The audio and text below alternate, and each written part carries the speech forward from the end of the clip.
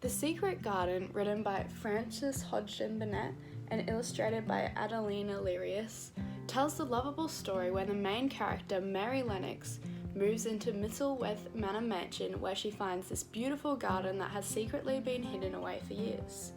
At the beginning, Mary is portrayed as a plain, selfish, and crabby little girl who is uninterested in other people.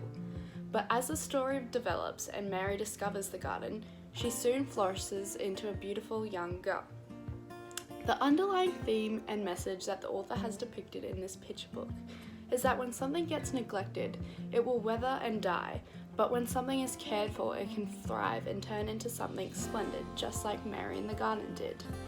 This underlying message was achieved through the language features and the visual features used in The Secret Garden, which help create meaning in the text. At the beginning of the book, the figurative language of personification is evident when it is explained that the garden feels lonely and sad and has been left all alone for years.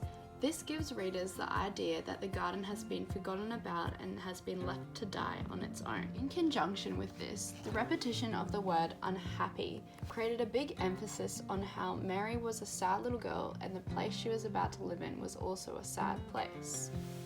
Mary was an unhappy little girl with an unhappy little face. She was going to live in a new home where she expected to be very unhappy indeed. Alliteration with the consonant M.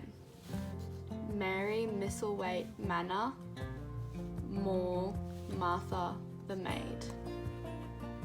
The consonant B can also be found.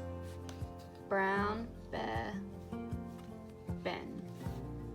The author also uses similes to help paint a picture of what the garden looks like.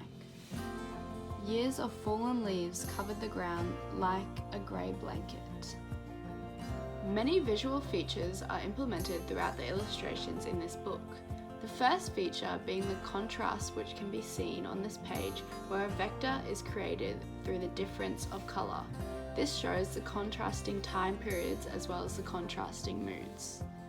Colour is seen as a major element used by the illustrator when telling this story.